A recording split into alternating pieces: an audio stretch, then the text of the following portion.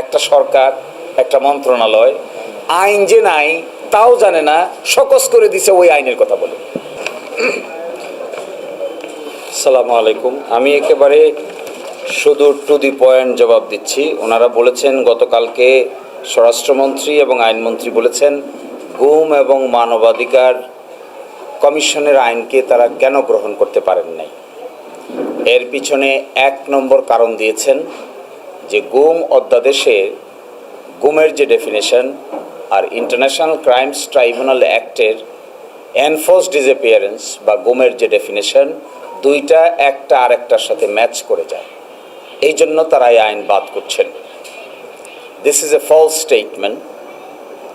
এটা আইনগতভাবে কোনো সঠিক কথা নয়, কারণ ইন্টারন্যাশনাল ক্রাইমস ট্রাইব্যুনাল অ্যাক্টের গুমের সংজ্ঞা হিসেবে আছে ক্রাইম এগেনস্ট হিউম্যানিটি, অর্থাৎ এই ক্রাইম এগেনস্ট হিউম্যানিটির কতগুলো সাব ক্যাটাগরি আছে। এই সাব ক্যাটাগরির ভিতরে একটা ক্যাটাগরি হলো এনফোর্সড ডিসঅ্যাপিয়ারেন্স, যাকে বলা হয় গুম। এবং সেটা যদি হইতে হয় তাহলে দেখাইতে হবে ওয়াইড স্প্রেড এবং সিস্টেমেটিক ওয়েতে হচ্ছে, তখনই শুধুমাত্র আন্তর্জাতিক অপরাধ ট্রাইব্যুনালের বিচার্য বিষয় হবে। আর একটা সিঙ্গেল গুম, একজনকে বাড়ি থেকে তুলে নেওয়া হলো, তাকে 7 দিন পাওয়া যায় নাই, তারপরে আদালতে উপস্থাপন করা হলো, এই গুম কখনোই আন্তর্জাতিক অপরাধ ট্রাইব্যুনালের বিচার্য বিষয় নয়। এখন এসে তারা যে বাদ দিয়ে দিয়েছেন, আজকে দেখবেন মানবাধিকার কমিশনের সকল কমিশনাররা পদত্যাগ করেছেন, করে তারা একটা খোলা চিঠি লিখেছেন। এই খোলা চিঠির মধ্যে তারা দেখিয়েছেন যে এই ধরনের অসত্য তথ্য উপস্থাপন করে আইনটাকে ল্যাপস করে দেওয়া হয়েছে। এবং এই যে স্টেটমেন্টটা তারা দিয়েছেন, it's a very interesting statement. আপনারা, এই হলো তাদের খোলা চিঠি, মানবাধিকার কমিশনারদের পক্ষ থেকে সম্মিলিত খোলা চিঠি। সেখানে তারা কি বলছেন, স্পষ্ট করে তারা বলেছেন যে 28 ধারায়, গুম অধ্যাদেশের 28 ধারায় এর পদ্ধতিগত বিচারের বিষয়টা বলা আছে। কিন্তু এখানে এসে তারা বলছেন যে কেন আমরা এটা বাদ করলাম, যে আন্তর্জাতিক অপরাধ ট্রাইব্যুনালের আইন আর গুম কমিশনের আইন দুইটার মধ্যে ম্যাচিং হয়ে যায়। তারা জবাব দিয়ে বলছেন no, it is not true, it is not correct. সুতরাং মাননীয় আইনমন্ত্রী এবং হোম মিনিস্টার যে ব্যাখ্যা দিয়েছেন এটি কোনোভাবেই গ্রহণযোগ্য নয়। হ্যাঁ, এবং সেকেন্ড কথাটা খুবই ইম্পর্টেন্ট। এখানে ওনারা বলছেন যে মানবাধিকার কমিশনের তদন্তের ব্যাপারে প্রশ্ন তুলেছেন। মাননীয় আইনমন্ত্রী প্রশ্ন তুলেছেন যে 30 দিনের ভিতরে প্রতিবেদন দিতে হবে, কিন্তু কি জরিমানা হবে, কি কম্পেনসেশন হবে, এই ব্যাপারে আইনে কিছু বলা নাই। অথচ মানবাধিকার কমিশনের আইনের 28 ধারায় 16 ধারায় 16 1 ইও এবং চতে স্পষ্ট করে টাইম লিমিট বলে দেওয়া হয়েছে। 30 দিনের ভিতরে যদি তদন্ত শেষ করতে না পারেন তাহলে কি হবে, তদন্ত শেষ করলে কি হবে, এবং আদালতগুলো যে জরিমানা দিবেন সেই জরিমানাটা আদায় করার পদ্ধতি কি হবে। তারা বলছেন এই আইন তারা বাতিল করছেন কারণ এই মর্মে কিছুই বলা নাই। আমার মনে হয় বাতিল করতে হবে, তো এই জন্য নানান কারণ দাঁড় করাচ্ছেন। আসলে এই ধরনের কোনো কথা এই আইনগুলোর মধ্যে নাই। This is wrong statement. আরেকটা ইম্পর্টেন্ট কথা, গণভোট অধ্যাদেশ এই প্রথম আমরা দেখলাম মাননীয় স্বরাষ্ট্রমন্ত্রী স্বীকার করেছেন, অ্যাডমিশন করেছেন। উনি বলেছেন গণভোটের প্রস্তাব, আমি কোট করছি ওনাকে, গণভোটের প্রস্তাব করেছিলাম আমিই করেছিলাম, রাষ্ট্রপতির আদেশ তো জারি করতে পারেন না। পরে আমার রাজনৈতিক বক্তব্যটা, উনি ওনার রাজনৈতিক বক্তব্য দিচ্ছেন, গণভোট অধ্যাদেশের অনুমূলে গণভোট অনুষ্ঠিত হয়েছে, গণভোটের বৈধতা প্রশ্ন সেটা যখন আমরা এই সরকারের মানে ইন্টারিম গভর্নমেন্টের সমস্ত বিষয়কে বৈধতা দিব, তখন সংবিধানের চতুর্থ তফসিলে একসাথে সকলগুলোকে বৈধতা দিব।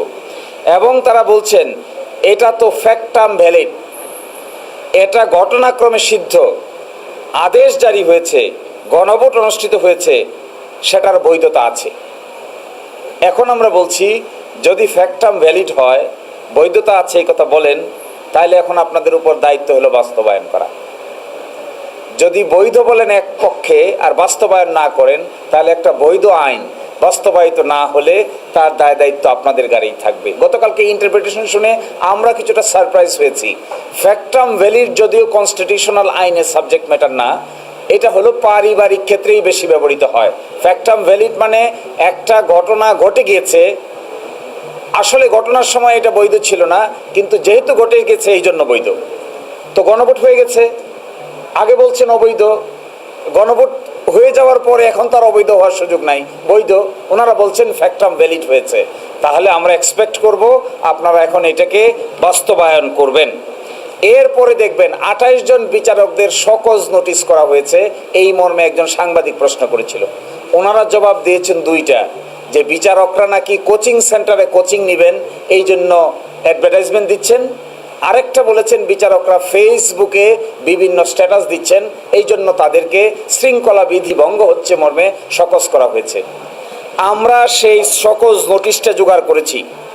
এই সকজ নোটিশটা জোগাড় করে দেখা গেছে এখানে কোচিং সেন্টারে কোচিং নিচ্ছেন বিচারকরা এই মর্মে কিছুই নাই। এই সেই সকজ নোটিশ। এই সকজ নোটিশে কি আছে? ফেসবুকে কোনো মন্তব্য করছেন, কে কি মন্তব্য করছেন, কিংবা ক্লোজ হোয়াটসঅ্যাপ গ্রুপে কে কার সাথে কি কথা বলছেন, এই জন্য তাদেরকে শৃঙ্খলা বিধি ভঙ্গ হয়েছে মর্মে নোটিশ করেছেন।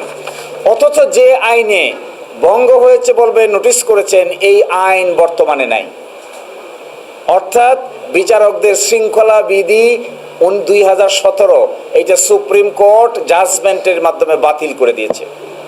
কি অবস্থা দেখেন, একটা সরকার, একটা মন্ত্রণালয় আইন যে নাই তাও জানে না, সকস করে দিছে ওই আইনের কথা বলে। সুপ্রিম কোর্ট রায় দিয়ে বলেছে this law is unconstitutional. Supreme court article 116-কে অসাংবিধানিক ঘোষণা করে দিয়েছে। তারা বলেছেন কি দেখেন ল্যাঙ্গুয়েজটা কি, নিয়ন্ত্রণকারী কর্তৃপক্ষ বা উপযুক্ত কর্তৃপক্ষের কোনো সিদ্ধান্তের বিষয়ে কোনো বিরূপ মন্তব্য বা ব্যক্তিগত মন্তব্য করা যাবে না। তো নিয়ন্ত্রণকারী কর্তৃপক্ষকে আইন মন্ত্রণালয়, সুপ্রিম কোর্ট বলে দিয়েছে ন, নিয়ন্ত্রণকারী কর্তৃপক্ষ হলো সুপ্রিম কোর্ট। এবং আর কে উপযুক্ত কর্তৃপক্ষকে, উপযুক্ত কর্তৃপক্ষ আগের বিধিতে ছিল আইন মন্ত্রণালয়, কিন্তু বাংলাদেশের সুপ্রিম কোর্ট ওই বিধিটাকেই অসাংবিধানিক ডিক্লেয়ার করে দিয়েছে। ফলে বিচারকদের সকস করার যে জবাব তারা দিয়েছেন, আমার মনে হয় একেবারেই সামান্য কমন সেন্সের অভাব দেখা দিয়েছে। এরপরে প্রশ্ন তুলেছেন বিচারকদের স্বাধীনতার ব্যাপারে। আমাদের আইনমন্ত্রী বলেছেন যে একজন সহকারী জজকেও তারা ট্রান্সফার করতে পারেন না হাইকোর্টের অনুমতি ছাড়া। আর আমাদের স্বরাষ্ট্রমন্ত্রী সাহেব বলেছেন বিচারক যাদের স্বাধীন বলছে, এটার একটু ব্যাখ্যা বলি। সংবিধানে যাইয়া দেখবেন আর কি বিচার কাজ পরিচালনায় বিচারকরা স্বাধীন? বিচার কাজ পরিচালনা করা ছাড়া আর কোনো কাজে কি স্বাধীন? শুধু বিচার কাজ পরিচালনা করায় নাকি তারা স্বাধীন, এই হলো তাদের আন্ডারস্ট্যান্ডিং। আর কোনো কাজে স্বাধীন বলছে নাকি, মানে সংবিধানকে আর কোনো কাজে স্বাধীন বলছে, এই প্রশ্ন করছেন ওনারা। এর প্রেক্ষিতে আমাদের জবাব হলো নিম্ন আদালতের বিচারকদের বদলি, পদোন্নতি, ছুটি, শৃঙ্খলা সবকিছু ন্যস্ত থাকবে সুপ্রিম কোর্টের উপরে। অধস্তন আদালতের বিচারকদের বদলিও করতে পারবেন না, ছুটিও দিতে পারবেন না, পদোন্নতিও দিতে পারবেন না, শৃঙ্খলাজনিত কোনো পদক্ষেপও নিতে পারবেন না, শুধু পারবে হলো সুপ্রিম কোর্ট। এই জন্যই সুপ্রিম কোর্ট সচিবালয়। কিন্তু তারা বলছেন, তারা এই কথা কেন বলছেন যে বিচার কার্যে স্বাধীন? স্বাধীনতা বলতে কি বোঝায়? এই ব্যাপারে মাজদার হোসেন কেস থেকে বাংলাদেশে 17টা ডিসিশন আছে। সেই ডিসিশনগুলোতে সুপ্রিম কোর্ট বলে দিয়েছে স্বাধীনতা অর্থ শুধুমাত্র বিচার কার্যের স্বাধীনতা নয়, স্বাধীনতা অর্থ সিকিউরিটি অফ টেনিওর, তাদের যে চাকরি আছে তারও স্বাধীনতা লাগবে। ডানে বামে যা ইচ্ছা তাই করবেন, তাহলে স্বাধীন থাকতে পারবে না। আবার বলেছেন স্বাধীনতা অর্থ হলো তাদের স্যালারি এবং ফাইন্যান্স, এইখানেও স্বাধীনতা লাগবে। আরেকটা স্বাধীনতা বলছেন স্বাধীনতা অর্থ হলো ইনস্টিটিউশনাল ইন্ডিপেন্ডেন্স, সুপ্রিম কোর্টের বিচার বিভাগীয় স্বাধীনতা, এটাও থাকতে হবে। এগুলো কোনো কিছু যদি না থাকে, শুধুমাত্র বিচার কার্যে স্বাধীনতা থাকে, এইটাকে বিচার বিভাগের স্বাধীনতা বলা হয় না। বিচার বিভাগের স্বাধীন হতে হলে টেনিওরের স্বাধীনতা লাগবে। আপনি যখন মনে চায় যাকে ইচ্ছা তাকে আপনি ট্রান্সফার করবেন, তাহলে স্বাধীনতা হবে কোথা থেকে? আপনার বিরুদ্ধে রায় দিলে আপনি বান্দরবন পাঠিয়ে দিবেন, তাহলে স্বাধীনতা হবে কি করে? আপনার বিরুদ্ধে পক্ষে রায় দিলে আপনি প্রমোশন দিবেন, তাহলে স্বাধীনতা হবে কি করে? এই জন্য ওনারা ব্যাখ্যা দিচ্ছেন শুধুমাত্র বিচার কার্য পরিচালনা নাকি স্বাধীনতা। This is wrong interpretation, this is incorrect interpretation. Correct interpretation is independence in all senses, institutional senses, financial senses, also টেনিয়রের দিক থেকে। আর লাস্ট কথাটা হলো এটা খুব ইন্টারেস্টিং, দেখবেন ওনারা পুলিশ কমিশন অধ্যাদেশটাকে ল্যাপস করে দিয়েছেন। প্রথম এনেছিলেন যে এটার মধ্যে একটা পরিবর্তন আনবেন। পরিবর্তন কি আনবেন? ইন্সপেক্টর জেনারেল অফ পুলিশ কিভাবে নিয়োগপ্রাপ্ত হবে এই ব্যাপারে সার্চ কমিটি হবে। সরকার বলছে আমরা সার্চ কমিটি চাই না, সরকার নিয়োগ দিবে। এইটাকে অ্যামেন্ডমেন্ট করে সংসদে পাশ হবে মর্মে তারা প্রস্তাব করেছেন, কিন্তু লাস্টে এসে এটিকে ল্যাপস করে দিয়েছেন।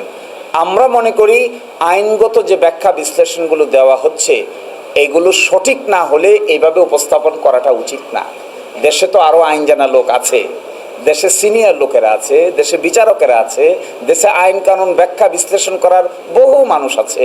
যদি এই ব্যাপারে ভ্যাগ থাকে, অস্পষ্টতা থাকে, তাদের সাথে কনসাল্ট করে নেওয়া যায়, আলোচনা করে নেওয়া যায়। কিন্তু এইভাবে ভুল ব্যাখ্যা দিয়ে মানুষের সামনে বিচার বিভাগকে হেয় করারও কোনো দরকার নাই।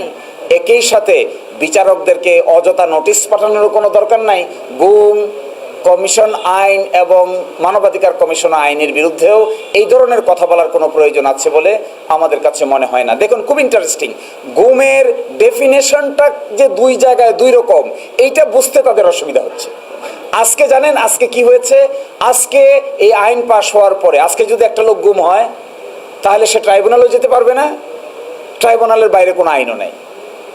আজকে একজন লোককে গুম করে নিয়ে যাওয়া হোক, ও যাবে কোথায়? কার কাছে বিচার দিবে? আপনি পুলিশের কাছে যাবেন, পুলিশ বলবে আমাদের তদন্ত করার আইন নেই। মানবাধিকার কমিশনের কাছে যাইতে পারবেন না। ওইদিকে ট্রাইব্যুনালের কাছে যাবেন, ট্রাইব্যুনাল বলবে এটা ওয়াইড স্প্রেড সিস্টেমেটিক না, এই জন্য আমার জুরিসডিকশনের মধ্যে পড়ে না। এর মানে কি? একটা গুম করা লোকের ভাগ্যে গুম থাকাটাকে আমরা উন্মুক্ত করে দিলাম। This is very bad approach. সবাইকে অসংখ্য ধন্যবাদ।